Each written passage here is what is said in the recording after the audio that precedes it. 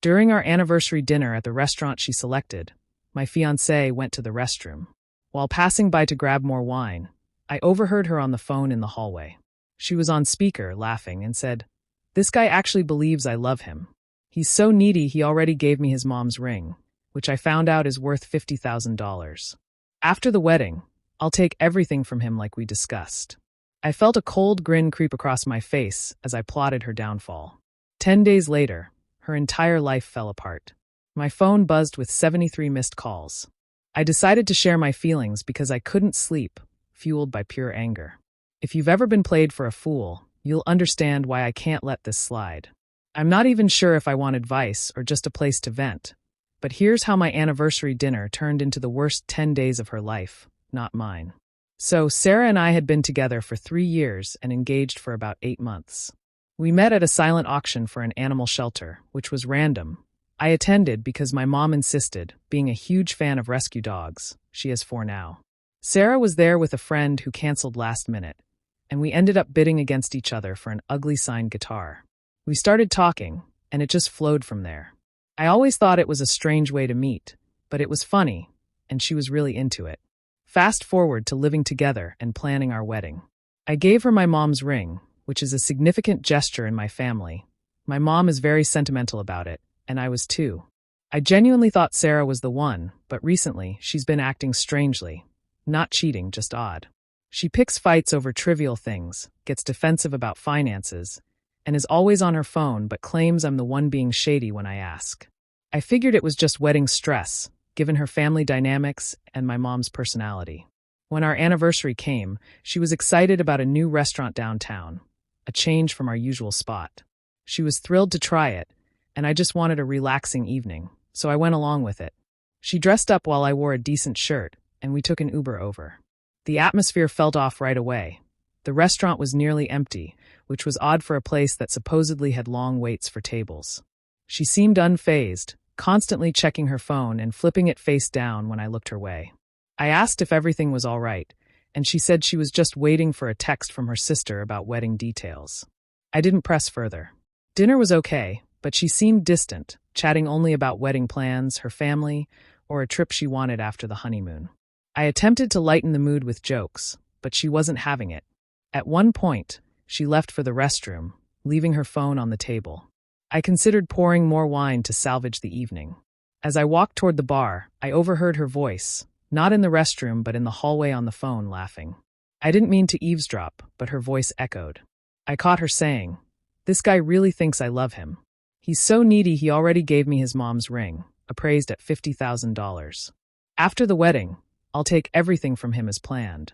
I stood frozen, gripping the wine bottle, almost walking out right there, but I didn't. Maybe I wanted to see if she'd reveal more or witness her face when she returned. I felt nothing, just an empty realization. When she came back, she was all smiles, acting as if nothing had happened. She poured more wine and started talking about a wedding venue her mom liked. I just nodded, smiled, and played along, keeping quiet about what I had overheard. The rest of dinner was a blur. I hardly ate, and she was too engrossed in texting, probably that same guy. After paying the bill, we took an Uber home, and she clung to me, trying to act like everything was fine. I let her, just observing her while mentally making a list of everything I'd take from her once we got home. She immediately went to the bathroom to remove her makeup, leaving her phone on the bed. I almost looked through it, but stopped myself. I didn't need to. I already knew. I sat on the edge of the bed, staring at the ring on her finger, feeling nothing. No anger, no sadness, just a sense of finality. When she came out and asked if I was okay, I replied that I was tired. She shrugged, got into bed, and scrolled through her phone for about an hour before finally falling asleep. I lay there, staring at the ceiling and reviewing every conversation we'd had over the last few months. All the strange things she said. Her pushes for me to spend more on the wedding, to add her name to my accounts. It all clicked, and I felt foolish for not noticing it sooner. The next morning, she acted like nothing was wrong, making coffee and asking if I wanted to look at wedding details with her mom. I told her I had things to do. Once she left, I called my mom and explained everything. At first, she didn't believe me, thinking I must have misheard, but I recounted the conversation word for word. She fell silent and advised, "Do what you have to do, but don't do anything reckless." I assured her I wouldn't. The day passed with me reflecting, not on her, but on my next steps. I'm not the type to let someone take advantage of me, and I certainly wouldn't let Sarah walk away with my mom's ring, my money, or my dignity. I started devising a plan, unsure of the specifics, but knowing I wouldn't just sit back and let her get away with it. That night, she came home late, claiming she was with her mom, but I knew she was lying. I didn't say anything, I just watched her. She seemed anxious, sensing something was off but unsure of what. When she tried to kiss me, I turned away, saying I was tired. She slammed the bedroom door and slept on the couch. As I lay there, I knew precisely what I would do. I would make her regret ever thinking she could manipulate me. I would take everything that mattered to her, and I would do it in a way she'd never anticipate. Thus began the worst 10 days of her life. I wasn't finished yet, not even close. If you've ever been played this way, you understand my feelings. I'm not seeking sympathy. I'm after revenge, and trust me, it's coming. Part 2 is on the way if anyone cares. Update 1 asterisk. I didn't expect so many people to read my first post, but it seems many of you have faced similar situations or perhaps just enjoy a good drama. Here's what unfolded after that dinner. Honestly, things got messier than I anticipated, and I'm far from done. After that night, I was on autopilot, hardly sleeping or eating, just replaying that phone call in my head. I kept wondering if I misheard or if she was merely venting, but deep down, I knew what I heard. The way she acted afterward, as if nothing happened, only added to my frustration. I began noticing small changes. How she kept her phone on silent or showed sudden interest in my bank notifications.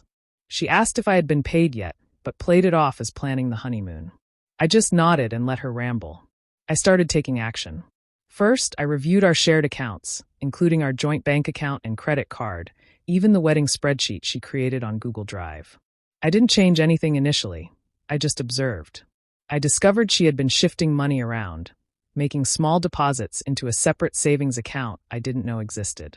When I asked her about it, she defensively claimed it was for emergencies. I simply said, "Cool, makes sense," and dropped it.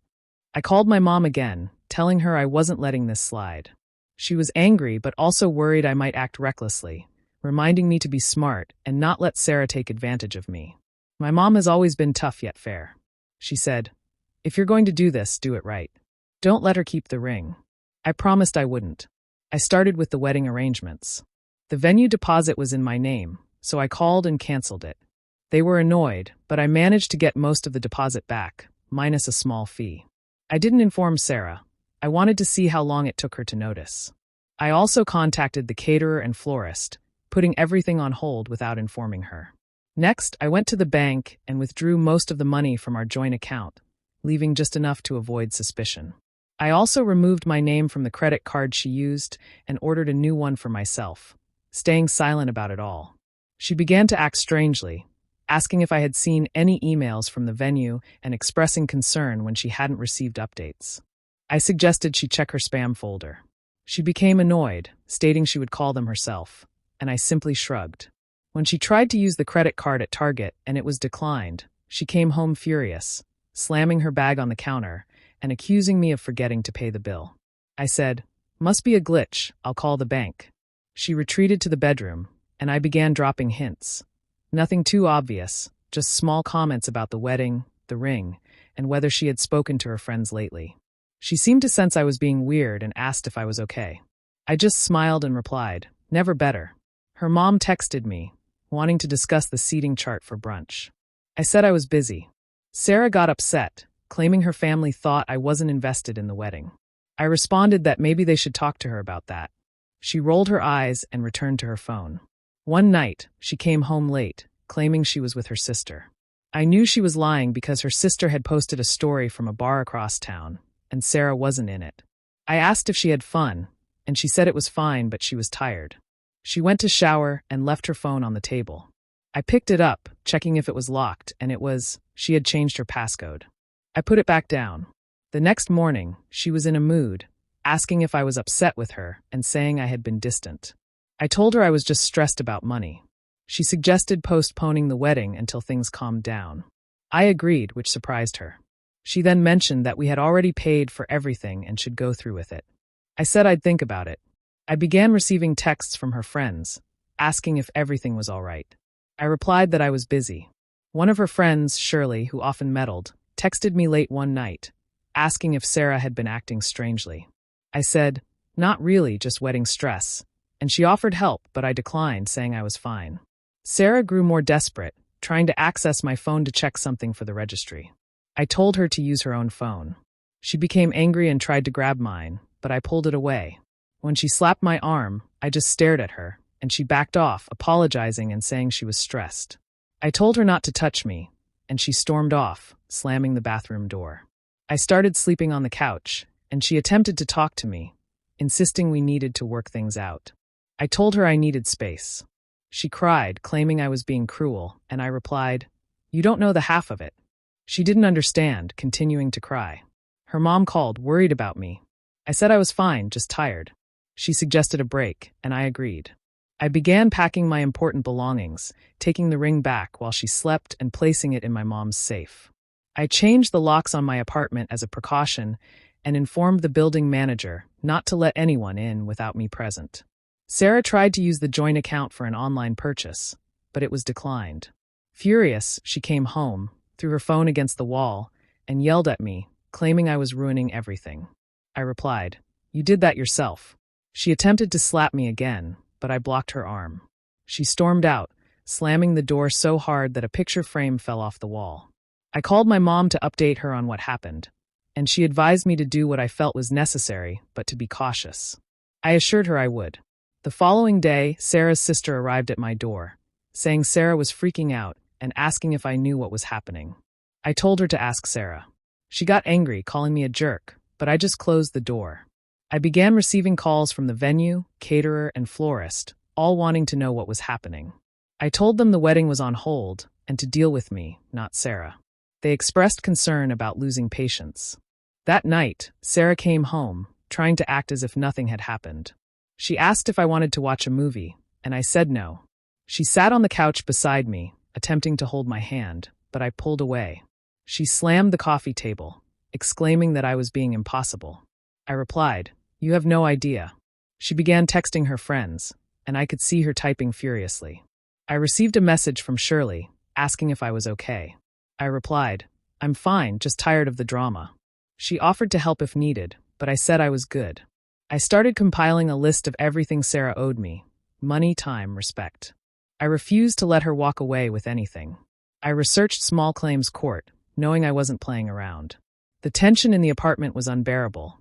We barely spoke or looked at each other. She attempted to provoke me, but I remained indifferent. She slammed doors, threw things, and cried, but I stood firm. I knew she was likely talking to someone else, probably that guy from the phone call. I didn't care. She wouldn't get a dime from me. I was just getting started. My next step was to ensure everyone knew exactly who she was and what she had done. I wouldn't let her get away with this, no chance. If you think I'm being harsh, you've never had someone try to rob you blind and laugh about it behind your back.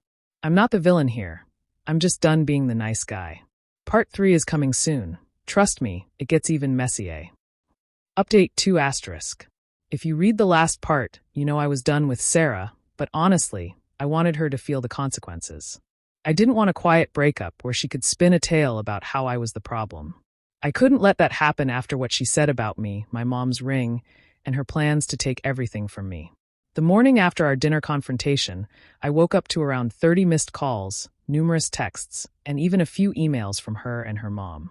I silenced my phone and made coffee.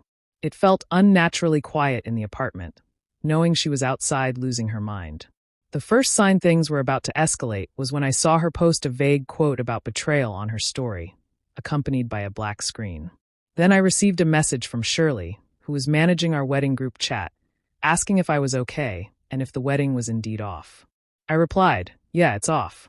Sarah didn't respond for a while, but eventually sent just a thumbs up. I began receiving messages from acquaintances inquiring about what happened. I kept my responses vague, saying things didn't work out. I wasn't about to share every detail with strangers, but I wasn't hiding either. I knew Sarah was telling her side, so I decided to put everything out there. I entered the wedding group chat, which included friends, family, and even some people I barely knew. I typed, "The wedding is off. Ask Sarah for details if you want, but I'm not the one who lied." I attached a picture of the appraisal receipt and added, If anyone wants to know why, here's a hint. Then I muted the chat. My mom called, expressing pride in my decision, but urged me to be cautious since Sarah's family was furious. I replied, "Let them be mad."